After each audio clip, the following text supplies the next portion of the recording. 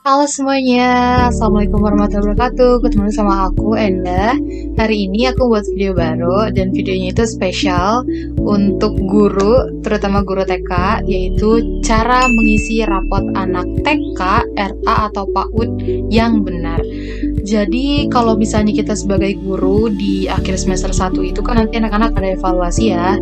Terus nanti semester 2 juga akan ada evaluasi lagi. Dan yang mana kalau misalnya di aku nih di RA, hasil evaluasi anak-anak itu masih dalam bentuk tulisan gitu ya. Bukan yang kalau sekarang kan rapotnya udah mulai kayak rapot elektronik, tapi kalau misalnya aku pribadi masih rapot yang ditulis kayak gini. Tapi masih dalam bentuk narasi yang kayak ditulis tangan gitu. Nah kadang-kadang tuh aku sendiri jujur ya pernah ngerasa kayak bingung banget gimana sih sebenarnya cara ngisi rapot anak tuh gitu. Sebenarnya aku selama ini menarasikan penilaian anak tuh udah betul atau belum sih gitu. Nah supaya nggak bingung, jadi aku hari ini mau sharing tentang gimana cara mengisi rapot anak TK, RA atau PAUD yang baik dan benar itu kayak gimana. Oke, langsung aja. Yang pertama yang harus kita tahu sebelum mengisi rapot adalah kita harus benar-benar memahami 6 perkembangan anak usia dini. Teman-teman yang udah jadi guru atau yang sudah berkuliah atau masih dalam tahap berkuliah mungkin udah tahu ya apa aja itu 6 perkembangan anak usia dini. Yang pertama ada pendidikan agama Islam, khususnya karena kita di RA. Ini terkait spiritual, ketauhidan. Biasanya dalam KI atau KD itu dijabarkan dengan lebih jelas. Terus yang kedua ada yang namanya NAM atau nilai moral dan agama. Nah, nilai moral itu lebih kepada sikap atau karakter keseharian anak itu kayak gimana.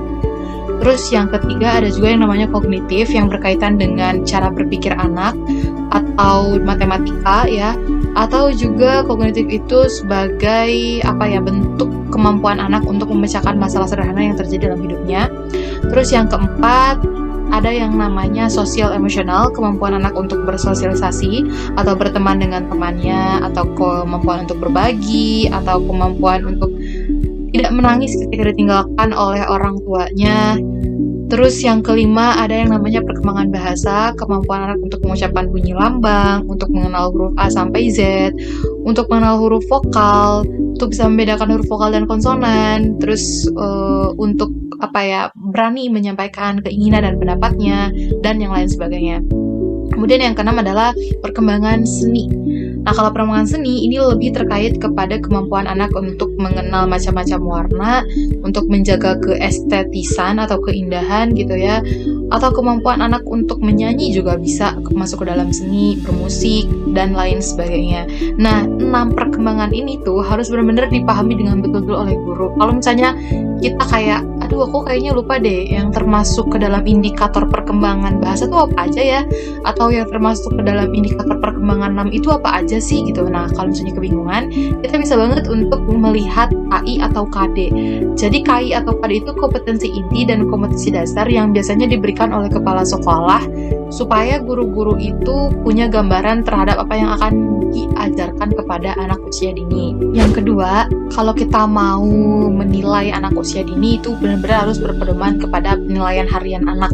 Biasanya kan kita sebagai guru tuh kenal sama yang namanya BB atau belum berkembang, terus MB mulai berkembang, BSH berkembang sesuai harapan, dan yang terakhir BSB berkembang sangat baik. Nah, aku tuh kadang kayak membayang-bayang gitu keseharian si anak ini tuh kayak gimana sih gitu. Tapi kalau misalnya hanya membayang-bayang tanpa bukti real atau penilaian yang nyata, itu nggak akan make sense gitu. Makanya kalau bisa kita administrasi penilaian harian itu tetap berjalan supaya kalau misalnya kita mau menulis kemampuan anak di rapot itu kita nggak ngawang-ngawang lagi, tapi kita memang benar-benar berpacu pada penilaian yang setiap harinya kita nilai kepada si anak.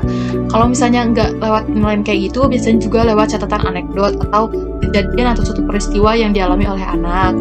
Terus juga lembar checklist atau lewat portofolio hasil karya anak. Yang ketiga, gunakan kalimat yang baik ketika menulis rapot. Jadi di awal itu kita harus banget menggunakan kalimat yang baik. Maksudnya bukan kayak membagus-baguskan rapotnya ya. Momen mengisi rapot tuh bukan kayak membagus-baguskan anak orang, tapi kayak kita tuh benar-benar menarasikan apa yang memang anak itu bisa gitu.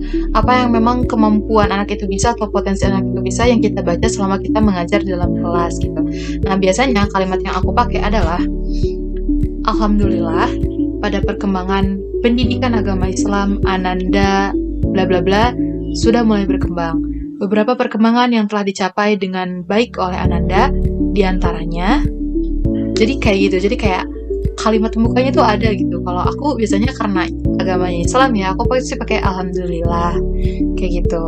Jadi kayak ada pembukanya juga sebelum kita menjelaskan bahwa perkembangannya itu misalnya mulai berkembang atau belum berkembang atau berkembang sesuai harapan maupun berkembang sangat baik. Oh iya, aku juga mau menjelaskan nih, biasanya kan kita tuh suka kebingungan Ananda itu peruntukannya untuk laki-laki atau untuk laki-laki dan perempuan. Jadi kalau Ananda itu peruntukannya untuk laki-laki. Kalau perempuan bukan Ananda tapi Adinda. Karena kadang kita kayak menyamaratakan mau perempuan, mau laki-laki, Ananda semuanya. Padahal beda, kalau misalnya perempuan itu dipanggilnya Adinda. Ini untuk di bagian isi, jadi di bagian isi itu biasanya kan setelah ada titik 2 ya, kita tuh bisa menjelaskan dengan kata dapat. Contoh, Ananda Fikri dapat menyebutkan huruf hijaiyah. Baru yang kedua, kita nggak usah manggil Ananda lagi, tapi langsung ke dapat gitu ya. Dapat menghafal beberapa surat pendek dalam Al-Quran. Bawahnya, dapat mengucapkan kalimat thayyibah, yaitu basmalah dan hamdalah.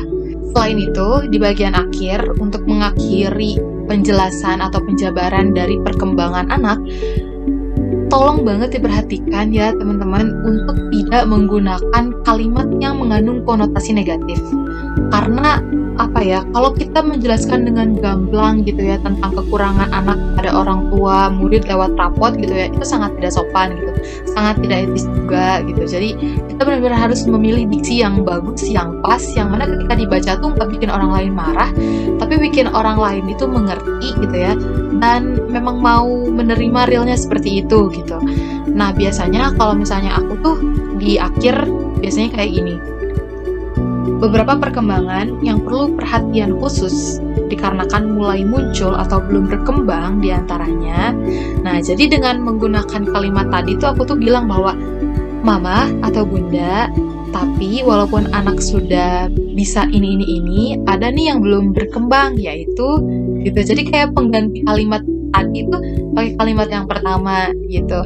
Kalau misalnya kita pakai kalimat yang negatif, apalagi kalimat yang isinya marah-marah, itu udah sangat tidak layak untuk ditulis di dalam rapot sih jadinya. Nah, ada juga tambahan lagi, kalau misalnya kita sudah menjelaskan apa yang belum berkembang pada si anak ini tuh gini. Nah, di akhir kita juga bisa menambahkan kalimat diharap orang tua di rumah membantu Ananda Fikri untuk mengembangkan bla bla bla bla bla gitu. Atau diharap orang tua di rumah dapat membantu Adinda Misya untuk bla bla bla bla bla gitu. Jadi ada kata diharapnya, membantu di rumahnya, membimbing, membantu menstimulus gitu kan. Itu tuh sebenarnya kalimat-kalimat yang menurut aku sudah sangat baik dan cocok untuk digunakan di penulisan rapor. Oke teman-teman, mungkin itu aja video dari aku. Video ini semoga bisa membantu dan bermanfaat untuk guru-guru. Jangan lupa kalau suka videonya dikasih like, di komen, dan di subscribe tentunya. Sampai ketemu di video berikutnya. Terima kasih. Dadah!